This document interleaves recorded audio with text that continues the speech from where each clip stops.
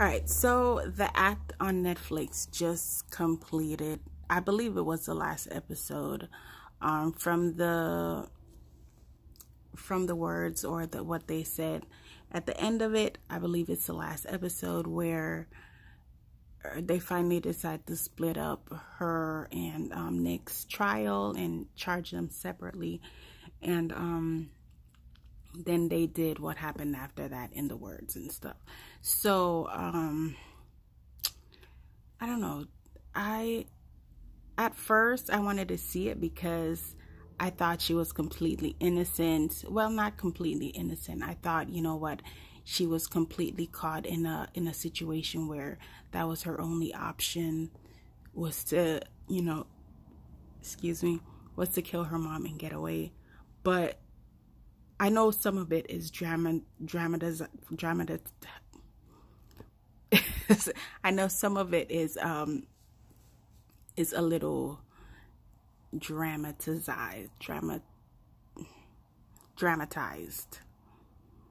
So it isn't 100% the truth, maybe 95%.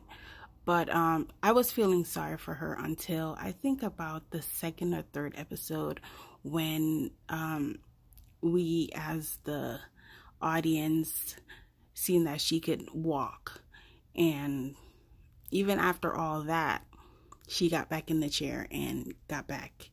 The thing is, when you suffer abuse, especially mental abuse, and hers was mostly mental and psychological, it really does something to the mind. Yes, she could have got up and walked away and ran away, but it was more of the fear that she was scared of, finding her mom. Yeah, in the show, it shows that she ran away one time, but her mom found her and brought her right back home. So that's the fear factor of it all, is that, well, damn, no matter how far I'm gonna run, she's gonna find me and put me back into this situation. Yeah, I feel sorry for her because her mom really did a number on her, but at a certain point, she was in collusion, and she was doing these things with the mother. I don't know. It was, it's sad. I don't believe she should have gotten 10 years. I think maybe 3 to 5 years would have been good, because there was premeditation. She planned it, and she even flipped on Nick at one point and lied, basically. So I do believe she deserves some time, but 10 years I think is too harsh. Now, the one person I do feel sorry for is Nick. Yeah, he's the one that wielded the knife and murdered her mom, but from his mental capacity, you can tell that his mind is so childlike, and he would never have killed somebody on his own volition. She basically had to convince him, after years of being involved and stuff, to carry out the act. And now he has to serve life in prison because of her. I believe they should have put him in maybe a mental institution or something like that, and give him help, because she manipulated him, basically. She knew what she was doing. She manipulated him to free herself, and now he's serving life sentence, and she only got 10 years. From his perspective. Again, I don't believe she should have got that much time because of the circumstances and how her mom treated her and what her mom did to her. Basically, she was on a feeding tube. She was pumping her with medicine all the time, and that's no life to live,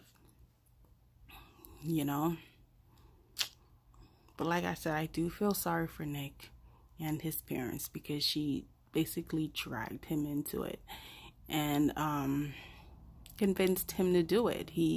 His mental capacity is nowhere even near hers.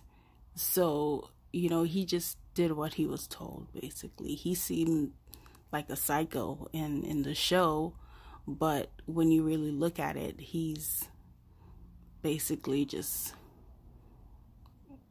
childlike. I did like it. Um, a lot of it did piss me off, but I did like it. It's a good watch, and I do recommend it. It's the cinematography and all of that was excellent. Um,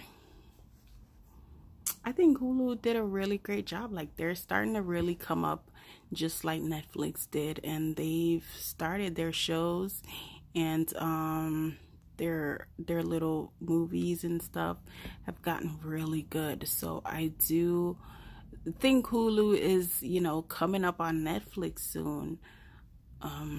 They're not as big, or they probably not have as big a budget, but their stories are really good, and I do recommend this. If I were to give it out of 5, I would give it a 4, because it is a true story and it does give you a look behind the story, and embellished a few things and added their own flair to it and everything.